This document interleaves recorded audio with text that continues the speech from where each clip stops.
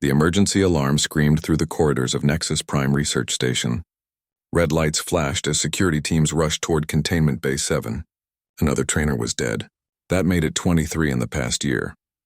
Dr. Kayla Vex ran down the metal hallway, her forearms moving quickly as she checked her tablet. The Vorthak had killed again. These massive creatures from the deathworld of Kepler 442c were supposed to be the answer to the Federation's problems. Instead, they were becoming the station's biggest nightmare. She reached the containment area and saw the cleanup crew already working. The force field barrier flickered blue around the large enclosure. Inside, 8 enormous creatures paced back and forth. Each Vorthak stood 12 feet tall on 6 powerful legs. Their dark skin looked like armor, and their claws could cut through steel. Yellow eyes glowed with an intelligence that made everyone nervous. What happened this time? Dr. Vex asked the security chief. Same as always, the chief replied. Trainer Yolek thought he could use new mind control techniques on the pack. The creatures pretended to cooperate for 10 minutes. Then they struck. Poor guy never had a chance. Dr. Vex looked at the Vorthak through the barrier. They seemed calm now, but she knew better. These creatures were smart.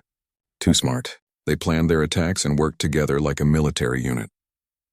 The Galactic Council wanted to use them as weapons against the hegemony forces. But first, someone had to find a way to control them.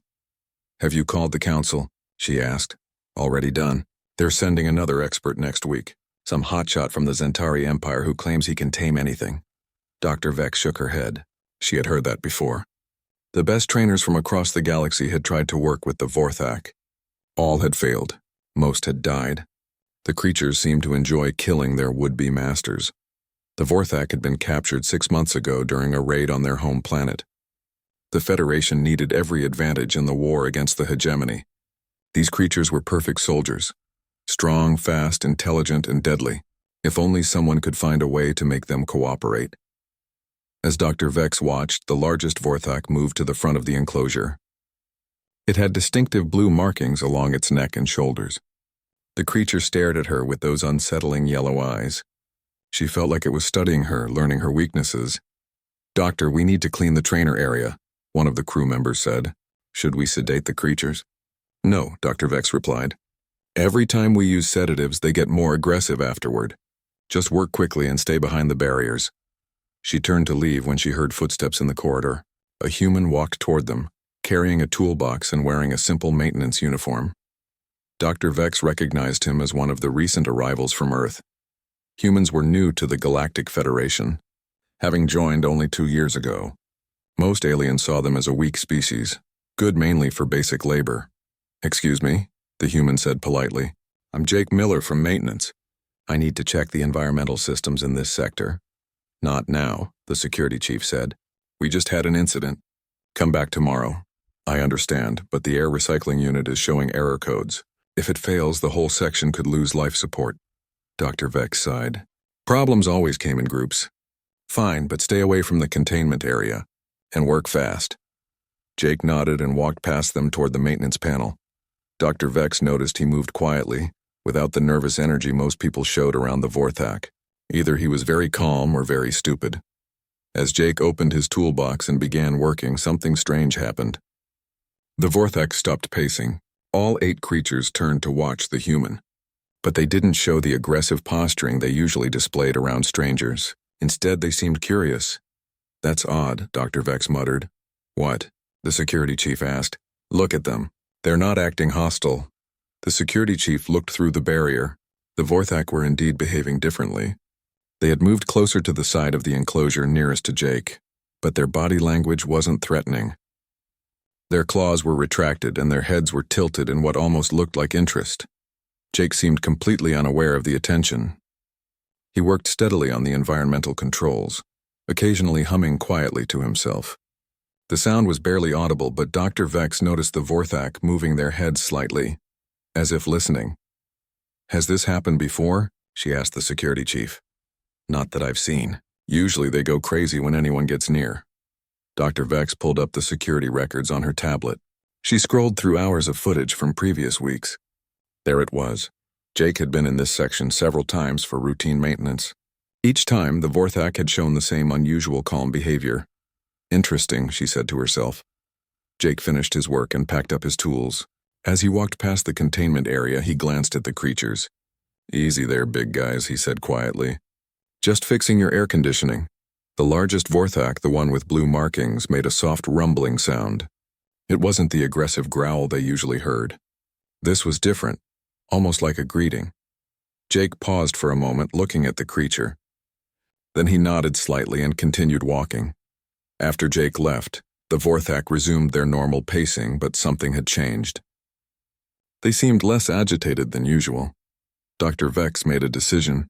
"I want all interactions between that human and the Vorthak documented. Full video and audio recording. You think there's a connection?" the security chief asked. "I don't know, but in 3 years of studying these creatures, I've never seen them react that way to anyone. Either it's a coincidence or this maintenance worker from Earth knows something our best experts don't." That night, Dr. Vex reviewed all the footage of Jake's previous visits. Each time was the same. The Vorthak would calm down when he arrived and become more active after he left.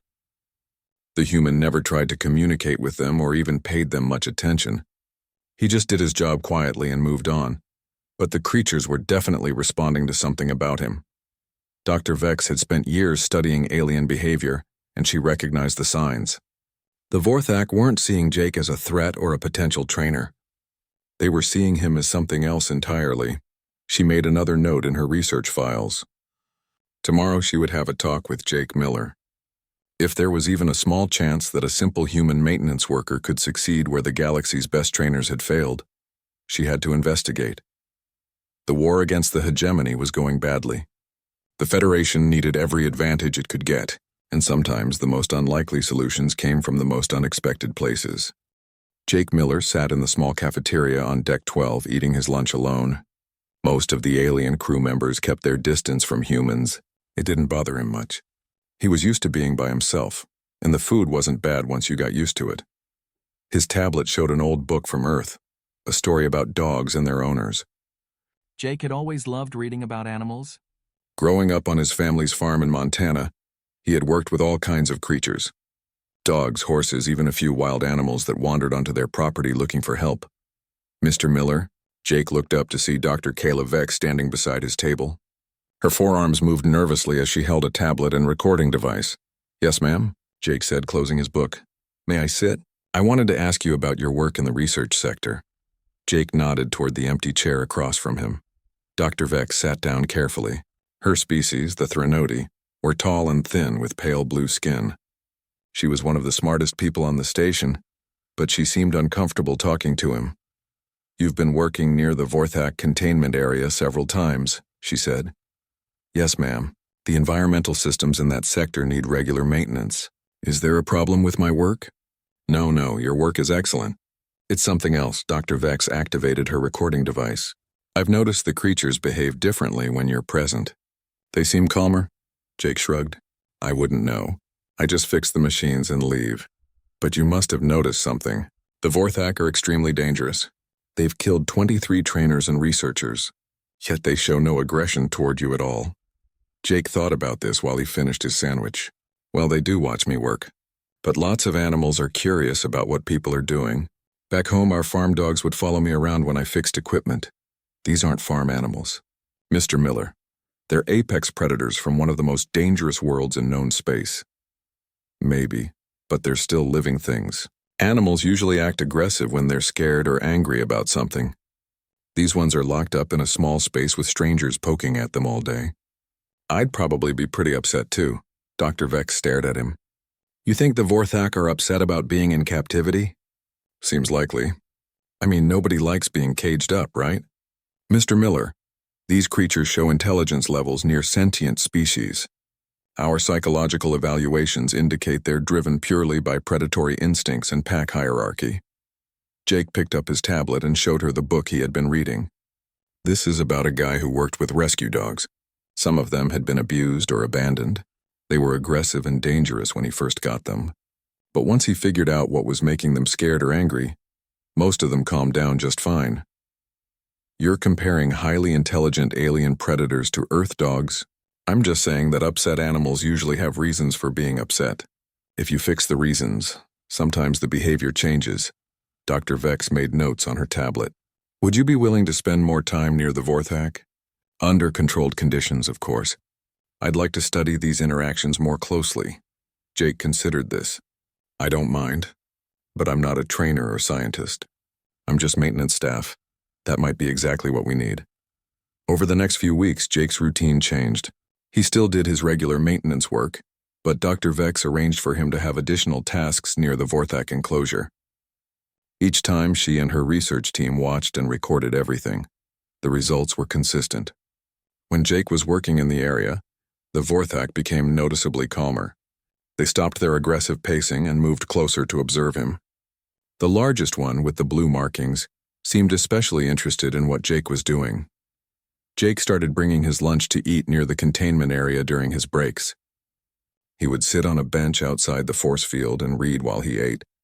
The Vorthak would gather on their side of the barrier, watching him quietly. Commander Zarn Thok, the station's military overseer, came to observe one afternoon. The Krulon warrior stood nearly 8 feet tall with thick armor-like skin and scarred hands from countless battles. "This is what has everyone talking?" Thok asked Dr. Vex. "A human eating lunch?" "Watch the creatures," she replied. Thok studied the Vorthak pack. They were arranged in a loose circle, all facing toward Jake. Their body language showed none of the tension and aggression he had seen in previous reports. "Interesting," Thok admitted. "But can he control them?" "That's what we're trying to determine." Jake looked up from his book and noticed the commander watching him.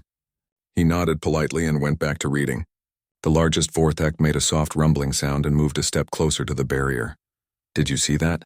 Dr. Vex whispered. The Alpha responded to Jake, acknowledging the commander. "You think it understood the social interaction?" "I'm beginning to think these creatures understand a lot more than we've given them credit for." Dr. Renth, a researcher from the highly intellectual Cerebran species, arrived to observe the next day. His large brain case and multiple eyes allowed him to process information far faster than most species. "This is ridiculous," Dr. Renth declared after watching for an hour. "The human is doing nothing of scientific value. Any apparent behavioral changes are coincidental." "The data suggests otherwise," Dr. Vex said, showing him her research files. "Humans lack the cognitive capacity for advanced xenobiology. Their brains are too small and primitive. Whatever you think you're seeing is wishful thinking." Jake overheard this conversation. He didn't get angry. He had heard worse things about humans since joining the Federation. Instead, he continued eating his lunch and reading his book. The largest Vorthak suddenly moved right up to the force field barrier, directly across from where Jake sat. It made a low sound that wasn't quite a growl. The other pack members joined it, forming a line facing the barrier. "What are they doing?" Commander Thok asked. Jake looked up at the creatures. "I think they're just saying hello," he said quietly. "Nonsense," Dr. Renth said. "They're displaying territorial behavior." But Jake stood up and walked closer to the barrier. Instead of showing aggression, the Vorthak remained calm. The largest one tilted its head and made another soft sound. "Hey there, big guy," Jake said quietly. Having a good day? The creature's yellow eyes focused on Jake's face. For a moment, they just looked at each other. Then Jake nodded slightly and returned to his bench. The Vorthak moved back to their previous positions, but they continued watching Jake with what looked like interest rather than hunger. "Remarkable," Dr. Vex whispered. "I've never seen them respond to direct address before." "It means nothing," Dr. Renth insisted. "Random behavioral patterns." But Commander Thok was thinking about the war effort. The Federation needed every advantage they could get against the hegemony. If this human could somehow work with the Vorthak, it might change everything. That evening, Jake finished his shift and headed back to his quarters. As he walked past the containment area, he noticed the Vorthak were pressed against the barrier, watching the corridor. When they saw him, several of them made quiet rumbling sounds. Jake paused and looked at them. "Good night, guys. See you tomorrow." The largest one made a sound that almost seemed like a response. Jake smiled slightly and continued walking. Behind him, the Vorthak watched until he disappeared around the corner. Then they settled down for the night, calmer than they had been since their capture. The alarm klaxons began screaming at 347 hours. Jake woke up in his small quarters and grabbed his emergency communicator. The voice of Commander Thok came through static and panic. "All personnel to emergency stations. We have a containment breach in high security. Nurak swarm creatures are loose. This is not a drill." Jake's blood went cold. He had read about the Nurak swarm in the station files. These creatures were parasites that could take control of other beings by attaching to their nervous systems. Once infected, a person became a puppet for the swarm's collective mind. He grabbed his maintenance kit and headed for his assigned emergency station. The corridors were chaos. Security teams ran past him carrying heavy weapons. Scientists evacuated their labs with critical research data. The emergency lighting cast everything in red shadows. Jake reached his station in the research sector, but his supervisor wasn't there. His communicator crackled with an update from Commander Thok. Nurak swarm has reached decks 8 through 12. Emergency bulkheads are sealing each section. If you're trapped in an affected area, find somewhere safe and wait for rescue. Jake checked his location. He was on deck 11, right in the middle of the affected zone. The corridor seals had already activated. Thick metal barriers blocked every exit. He was stuck. He could hear sounds coming from other sections. Screams, then silence, then voices that sounded wrong somehow. The swarm was taking control of people one by one. Jake made his way toward the Vorthak containment area. It was the most secure location on this deck with multiple barriers and force fields. Maybe he could hide there until help arrived. As he approached the containment zone, he saw something that made his stomach turn. 3 station personnel were walking toward him down the corridor, but their movements were wrong. They walked in perfect sync, and their eyes had a blank, glassy look. Behind them, small, snake-like creatures slithered across the floor. The Nurak swarm. They were looking for more hosts to control. Jake ducked into the containment control room and locked the door. Through the window, he could see the Vorthak enclosure. All 8 creatures were pressed against the far wall, agitated and alert.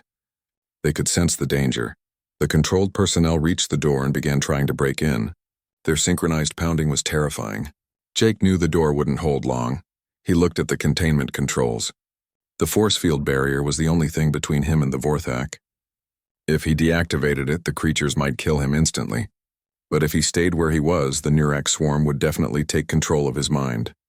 The door began to crack under the constant pounding. Jake made his decision. He opened the emergency communicator and spoke to the entire station. "This is Jake Miller in Vorthak Containment. I'm going to try something. If anyone can hear this, I'm sorry if it doesn't work out." He shut off the force field barrier. The Vorthak immediately noticed the change. Instead of charging forward to attack, they moved cautiously toward the open barrier. The largest one, the one Jake had started thinking of as blue because of its distinctive markings, approached the opening first. Jake stepped out of the control room with his hands visible and empty. "Easy, Blue. I know you don't like those things either. How about we work together on this one?" The door behind him finally broke open. 3 controlled humans and a dozen Nurak swarm creatures poured into the room. Blue let out a roar that shook the walls. The other Vorthak spread out in formation, moving like trained soldiers. Jake found himself standing in the middle of their protective circle. What happened next was over in minutes, but felt like hours. The Vorthak moved with deadly precision, their claws cutting through the Nurak's creatures like scissors through paper. The controlled humans tried to fight back, but they were no match for 12-foot-tall apex predators. When it was over, all the Nurak's creatures in their section were dead. The controlled humans lay unconscious but alive. The Vorthak had somehow disabled them without killing them. Jake stood among the alien predators, breathing hard. Blue approached him slowly and made a soft rumbling sound. "Good job, big guy," Jake said quietly. "Thank you." Through the open doorway, more sounds echoed from other parts of the station. The swarm wasn't finished. "There are more of those things out there," Jake said to Blue. "People are in trouble." Blue turned its massive head toward the corridor, then back to Jake. It made another sound, and the other Vorthak moved into formation. "You want to help?" Jake asked. Blue nodded its head once, deliberately. Jake grabbed his communicator. "Commander Thok, this is Jake Miller. The Vorthak are free, but they're helping fight the Nurak swarm. Don't shoot them." "Miller, what did you do?" Thok's voice was strained. "What needed to be done, sir? We're moving to help other trapped personnel." Jake looked at the Vorthak pack. "Okay, guys. Let's go save some people." What followed was like nothing anyone on Nexus Prime had ever seen. The Vorthak moved through the station methodically, hunting down every Nurak's creature they could find. They protected trapped personnel and cleared section after section. Jake stayed with them, not controlling them but somehow coordinating their efforts. When they reached a sealed section with people inside, Jake would explain the situation through the doors. When they found controlled personnel, the Vorthak would disable them carefully instead of killing them. The station's security forces were amazed. These creatures that had killed dozens of trainers were now working like rescue animals, saving lives and eliminating threats. In the main corridor of Deck 9, they encountered the largest group of Nurex creatures yet. Dozens of the snake-like parasites covered the floor, and 6 controlled personnel blocked their path. "This is bad," Jake muttered. Blue made a questioning sound and looked at him. "Yeah, I know, but there are too many. Someone's going to get hurt." Blue exchanged glances with the other Vorthak. They seemed to be communicating without making sounds. Then Blue approached one of the controlled humans and, with incredible precision, struck a specific point on the person's neck. The human collapsed unconscious but alive. The other Vorthak did the same with the remaining controlled personnel. Then they systematically destroyed every Nurex creature in the corridor. "How did you know how to do that?" Jake asked Blue. The creature tilted its head and made a soft sound that almost seemed like it was trying to explain something. By the time Commander Thok and his security team reached them, Jake and the Vorthak had cleared 3 entire decks. The Nurex swarm was completely eliminated from their sections. "Miller," Commander Thok said as he approached cautiously. "What's the situation?" "All clear, sir. No more parasites in this area." Thok looked at the Vorthak pack standing calmly around Jake. "And them?" Jake looked at Blue, who was watching the exchange with intelligent yellow eyes. "I think they're ready to go home now." "Home?" "Back to their containment area." Jake turned to Blue. "How about it, big guy? Ready to head back?" Blue made a soft rumbling sound and nodded once. The entire pack began moving back toward their enclosure. As they walked through the corridors, personnel pressed against the walls to let them pass. But instead of showing fear, people looked at the creatures with something close to respect. When they reached the containment area, Jake expected the Vorthak to resist going back into their enclosure. Instead, Blue led the pack back inside and waited calmly. Jake reactivated the force field barrier. "Thanks, everyone. Get some rest." The Vorthak settled down in their usual spots. But they continued watching Jake with what looked like contentment rather than anger. Commander Thok stood beside Jake, staring at the creatures in amazement. "How did you do that?" Jake shrugged. "I asked nicely." News of Jake's success with the Vorthak spread across the galaxy, faster than light-speed communication. Within a week, Nexus Prime received delegations from 12 different species, all wanting to see the human who had tamed the untamable creatures. Jake found himself the center of attention he never wanted. Reporters interviewed him, scientists studied him, and military commanders asked him endless questions about tactics and training methods. He tried to explain that he hadn't really done anything special, but nobody believed him. "Mr. Miller," said Ambassador Korath from the Zentari Empire, "your achievement represents a breakthrough in xenobiology. Our best minds have studied these creatures for years without success. I just treated them like animals instead of monsters." Jake replied for the 100th time. "Animals respond to kindness. But surely there must be specific techniques involved. Psychological manipulation? Biochemical influence? Advanced human telepathy?" Jake sighed. "No, sir. I just talked to them politely and didn't try to hurt them." The ambassador made notes on his datapad. "Fascinating. This human modesty may be part of their species' natural training ability."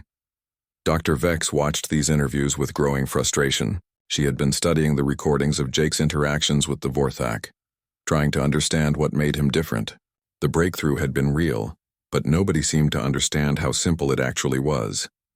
Commander Thok arranged for other humans on the station to attempt similar interactions with the Vorthak. There were 6 other human crew members, all working in various technical positions. The first attempt was with Lisa Wang from the engineering department. She approached the Vorthak enclosure with confidence, following exactly the same procedures Jake had used. She sat down with a book and a meal, trying to recreate his casual approach. The Vorthak showed mild interest but nothing like their response to Jake. When Lisa tried to speak to them directly, they barely acknowledged her presence. Next was Marcus Johnson from Communications. Same result. The creatures were not hostile, but they showed no special connection. Dr. Renth observed these failures with satisfaction. As I predicted, the original results were coincidental. Humans have no special ability with these creatures. But Dr. Vex disagreed. Jake's connection with them is real. There must be something specific about him that we're missing. She decided to study Jake more closely. She requested access to his personal files and interviewed him about his background on Earth. "Tell me about your life before joining the Federation," she said during one of their sessions. Jake seemed uncomfortable discussing himself. "Nothing interesting. Just grew up on a farm in Montana." "What kind of farm?" "Cattle ranch mostly. We raised horses too. My dad also took in rescue animals sometimes." "Rescue animals?" "Yeah, you know. Dogs and cats that had been abandoned or mistreated. Sometimes wild animals that got hurt. Dad was good with animals. He taught me how to work with them." Dr. Vex made notes. "What did he teach you exactly?" "Basic stuff. How to approach an animal without scaring it. How to tell when they're afraid or angry. How to gain their trust." Jake paused. "Dad always said that most aggressive animals aren't really mean. They're just scared or in pain. If you can figure out what's wrong and fix it, they usually calm down." "And this worked with all animals?" "Most of them. We had this one dog, Rex, who had been badly abused. He would attack anyone who came near him. Took Dad 6 months to get that dog to trust him. But once Rex understood that we weren't going to hurt him, he became the friendliest dog you ever saw." Dr. Vex reviewed her notes that evening. Jake's background was completely different from the other humans on the station. The others were technical specialists, engineers, and scientists. Jake was the only one who had extensive experience with traumatized animals. She shared her findings with Commander Thok and Dr. Renth during their next meeting. "So, you believe this human's success comes from his background in animal rehabilitation?" Dr. Renth asked skeptically. "It's the only explanation that fits the data," Dr. Vex replied. "Jake treats the Vorthek the same way he treated rescue animals on his home planet." "These are not Earth animals," Dr. Renth protested. "They are highly intelligent predators from an alien world, but they're still living beings who have been traumatized by captivity and hostile treatment." Commander Thok had been quiet during this discussion. Now he spoke up. "Dr. Vex, are you suggesting that the Vorthak have been responding to Jake because he treats them with respect?" "That's exactly what I'm suggesting. Every trainer who has worked with them has approached them as weapons to be controlled or subjects to be studied. Jake is the first person to treat them simply as intelligent beings who deserve consideration." "That seems too simple," Dr. Renth said. "Sometimes simple solutions work better than complex ones." The next day, Dr. Vex arranged for Jake to demonstrate his methods to the assembled delegates and researchers. She wanted to see if he could explain what he was doing in a way that others could understand. Jake sat down near the Vorthak enclosure as usual. Blue and the other pack members immediately moved closer to observe him. "Watch carefully," Dr. Vex told the assembled group. "Notice how he doesn't try to dominate or impress them." Jake opened his book and began reading while eating his lunch. He occasionally looked up at the Vorthak and nodded slightly, as if acknowledging their presence. "He's showing them that he's not a threat," Dr. Vex explained quietly. "But he's also not showing fear. He's treating them as equals." After a few minutes, Jake looked up at Blue. "Having a good day, big guy?" Blue made a soft rumbling sound in response. "That's good to hear," Jake replied, as if they were having a normal conversation. One of the Zentari observers whispered, "Is he actually communicating with the creature?" Dr. Vex nodded. "Not in the way we usually think of communication, but there's definitely an exchange happening." Jake finished his lunch and stood up. "Well, I better get back to work. See you later, everyone." As he walked away, all 8 Vorthak watched him go. Several made quiet sounds that seemed almost like farewells. "Remarkable," Ambassador Korath said. "He treats them like people." "Exactly," Dr. Vex replied. "That's the key. Jake doesn't see them as beasts or weapons. He sees them as individuals." Later that day, Dr. Vex had a private conversation with Jake in his quarters. "Jake, I need to ask you something directly. Do you believe the Vorthak are intelligent?" Jake considered this carefully. "Yes, ma'am. I think they're probably as smart as most people, maybe smarter in some ways." "Then why haven't you said this in any of your interviews?" "Because nobody wants to hear it. Everyone keeps asking me about training techniques and control methods. But you can't really control intelligent beings. You can only work with them if they decide to trust you." Dr. Vex leaned forward. "What do you think the Vorthak want?" "Same thing any imprisoned person would want. Respect decent treatment, and maybe some hope that their situation might improve someday. And you think they're cooperating with you because you offer them these things? Jake nodded. I think they've been testing everyone who comes near them, waiting for someone who would treat them right.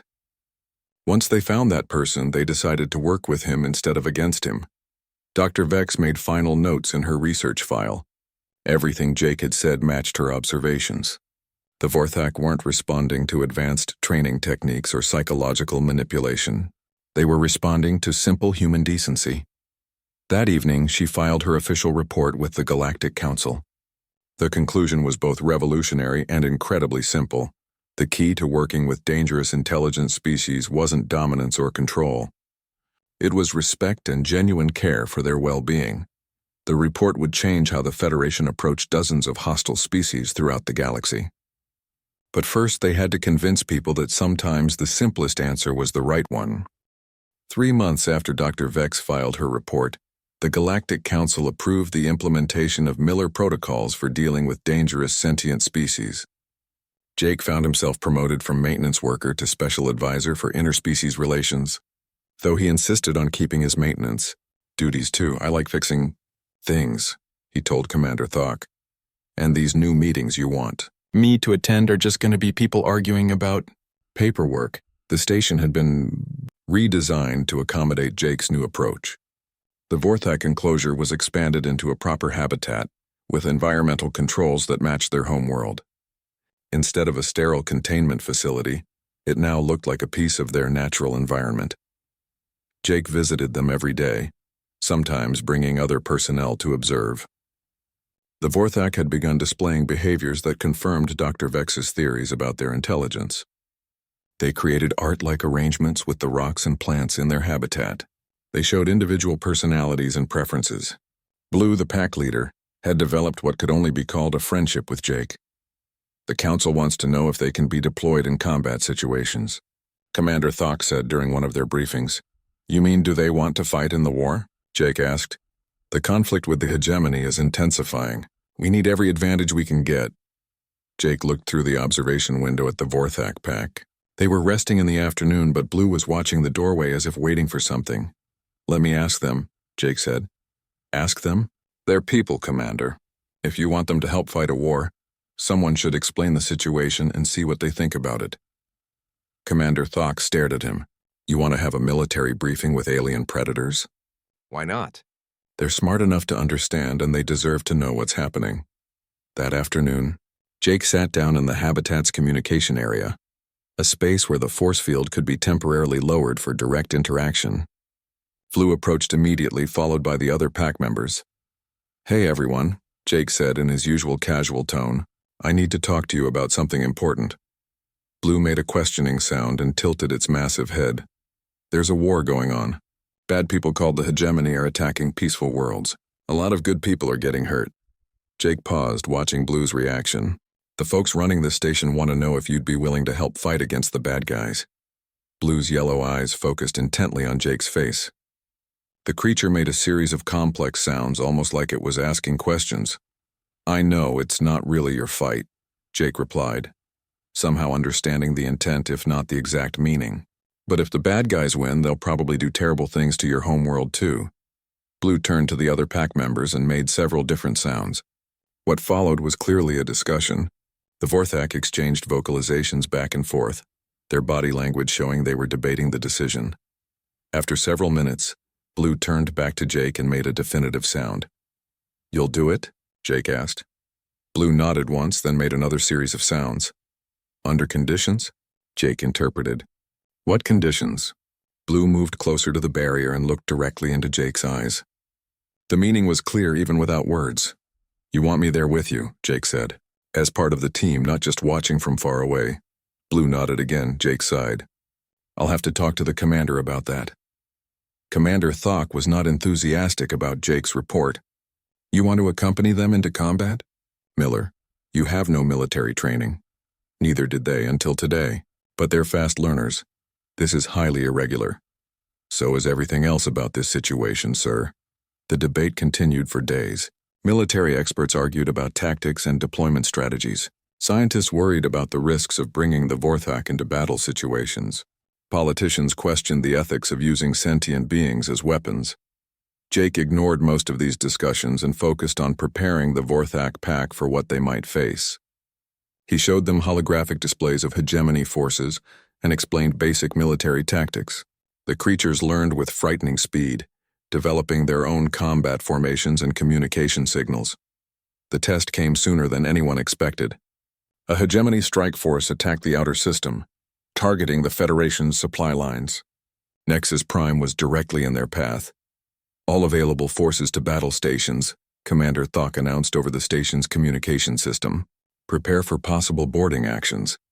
Jake was in the Vorthak habitat when the announcement came through. Blue and the pack were already agitated, sensing the tension throughout the station. "This is it," Jake told them. "Are you ready?" Blue roared once and the other 7 pack members joined in. The sound echoed through the station like a battle cry. The hegemony ships arrived 6 hours later. Their forces were overwhelming, 12 heavy cruisers and dozens of smaller attack vessels. The Federation defense fleet was outnumbered 3-1. Commander Thok made the decision to evacuate non-essential personnel, but Jake refused to leave. "The Vorthak won't fight without me," he said, "and you're going to need them." The battle was fierce. Hegemony boarding pods breached the station's outer hull in multiple locations. Their soldiers were genetically enhanced warriors, bred for combat and equipped with advanced weapons, but they had never faced anything like the Vorthak pack. Jake and the 8 creatures moved through the station's corridors like a precision military unit. The Vorthak used their natural speed and strength, while their intelligence allowed them to adapt their tactics to each situation. They protected smaller Federation personnel and eliminated hegemony soldiers with ruthless efficiency. What impressed Jake most was how the Vorthak fought. They didn't just attack mindlessly. They coordinated their movements, used the station's layout to their advantage, and showed genuine concern for civilian casualties. In the main cargo bay, they encountered the largest group of hegemony soldiers yet. 20 armored warriors with heavy weapons were advancing toward the station's critical systems. Blue looked at Jake and made a questioning sound. "Yeah, I see them," Jake said quietly. "Ideas?" Blue exchanged rapid communications with the pack, then pointed toward different parts of the cargo bay. Jake realized the creatures had developed a flanking maneuver. "Good plan. Be careful, everyone." What followed was like watching a perfectly choreographed battle. The Vorthak struck from multiple directions simultaneously, using their superior mobility to avoid the soldiers' heavy weapons while closing to melee range, where their natural advantages were overwhelming. The fight was over in minutes. 20 elite hegemony soldiers lay defeated, and none of the Vorthak were seriously injured. "Outstanding work," Jake said proudly. Blue made a sound that Jake had learned meant satisfaction, and the pack moved on to the next threatened area. By the end of the battle, the Vorthak had eliminated over 60 hegemony soldiers and saved countless Federation lives. Their actions had turned the tide of the boarding action. As the hegemony forces retreated, Commander Thok found Jake and the pack in the station's central plaza. The Vorthak were resting after the battle, but they remained alert and ready. "Miller," Commander Thok said, "I owe you and your friends an apology, and my deepest gratitude." "Just doing our job, sir." Blue approached Commander Thok and made a formal-sounding vocalization. The creature's posture was respectful but confident. "What did it say?" Thok asked. "I think Blue is accepting your thanks on behalf of the pack," Jake translated, "and probably saying they're glad they could help." Commander Thok looked at the massive creature with new respect. "Tell Blue that the Federation is honored to have them as allies." Jake conveyed the message, and Blue nodded solemnly. Over the following months, Jake's methods were applied to other dangerous species throughout Federation space. The results were consistently positive.